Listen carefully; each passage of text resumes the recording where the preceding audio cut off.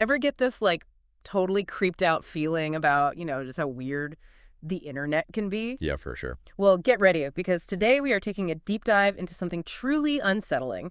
We're talking about the indie rock duo Tegan and Sara. Super talented, right? Definitely. Love their music. But here's the thing, they got caught up in this whole catfishing scheme. And I mean, this thing was dark. It messed with their careers, their personal lives, everything. It really gets at this question of, like, how real are online relationships? Mm. And what happens when you have someone who takes advantage of that, not just for, like, a few laughs, but to actually cause some serious harm? Yeah, no, exactly. And to really grasp how this all went down, we got to rewind a bit. So for those not in the know, Tegan and Sara, they're identical twins, broke onto the music scene early 2000s, and their music, it resonated, especially with LGBTQ plus fans. Right. And it wasn't just the music. It was who they were, so open about being gay, especially back then.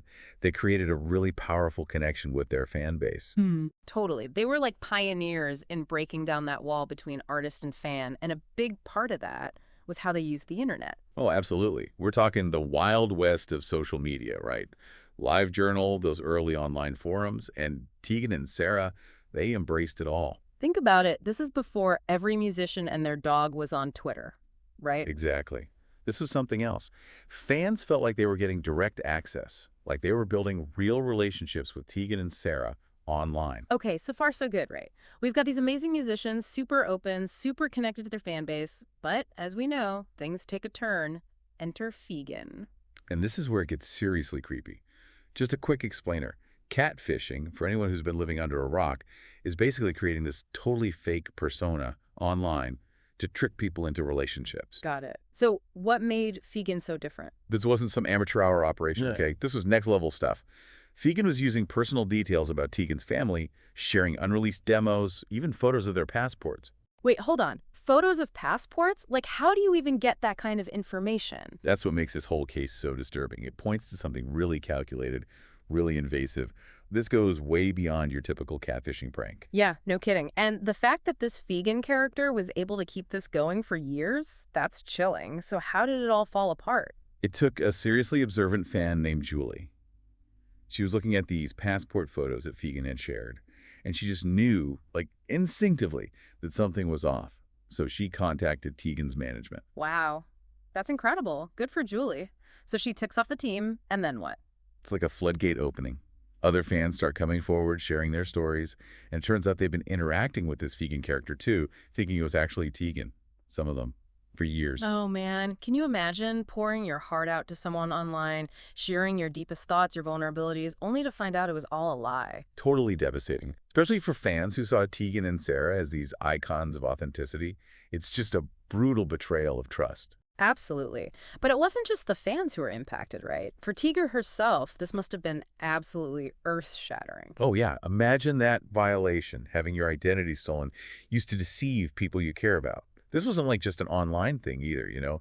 It actually spilled over into Tegan's real life. Oh, wow, really? Yeah, like she started questioning everyone, her team, her friends, even family. I can't even imagine. That's like next level paranoia. Totally. It really messed with her sense of security. You know, like who could she trust?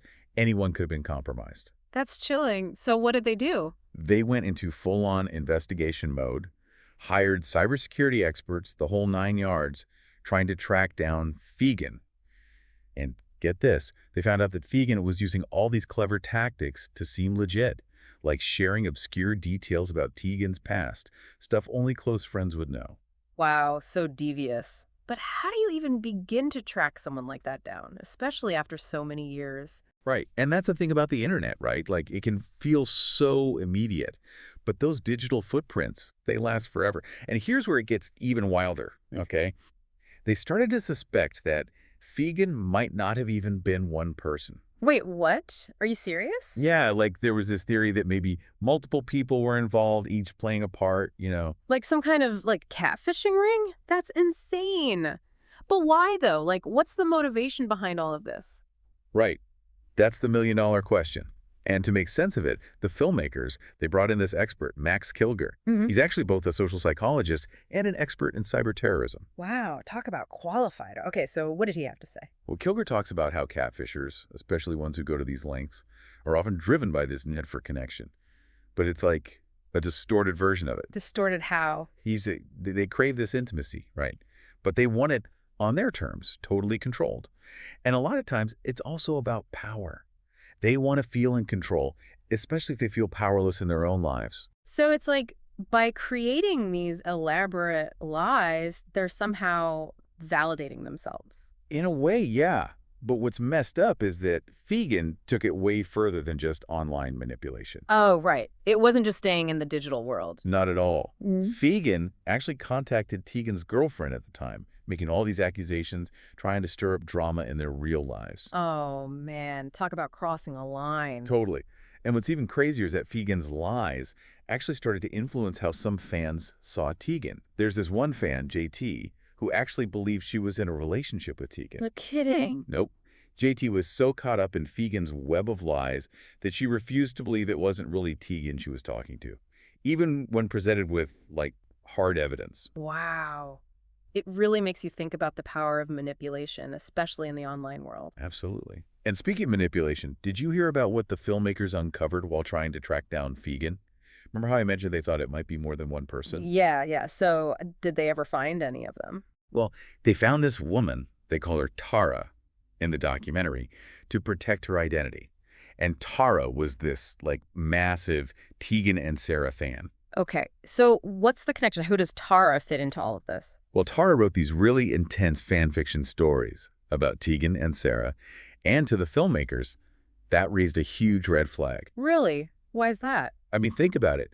The level of obsession it takes to craft those kinds of stories. It's not that far off from the kind of obsession that might drive someone to catfish someone else. True. So what happened? Did they ever meet this Tara face to face? You would think, right? Like, this is where the truth comes out? Totally. And the filmmakers are, like, on the edge of their seats, obviously. But then, just days before the meeting, Tara, she backs out. Oh, no. So that's it. Case closed. Not quite. She agrees to a phone call with a catch. Okay, there's a catch. I knew it. What is it? Both the filmmaker and Tegan have to be on the call. Oh, wow. Talk about intense. Hmm. So what happened? Was it a confession? Did they finally uncover the truth about Fegan? It's actually kind of crazy. Even listening to the recording now, you're just, like, waiting for the other shoe to drop. But Tara, she never actually admits to being Fegan. It's a lot of dodging the questions, dancing around the truth. Classic non-denial denial. So frustrating. But what about Tegan? How did she react to all of this? You know, it's really interesting. Tegan actually came away from that conversation feeling like Tara, as bizarre as her behavior was, probably wasn't the mastermind they were looking for. Wait, really? So after all that digging, all that investigating, they never figured out who Fegan was? Nope. And that's what's so unsettling about this whole thing. Even after the documentary aired, no one came forward, no grand confession, nothing. Tegan still has absolutely no idea who was behind it all.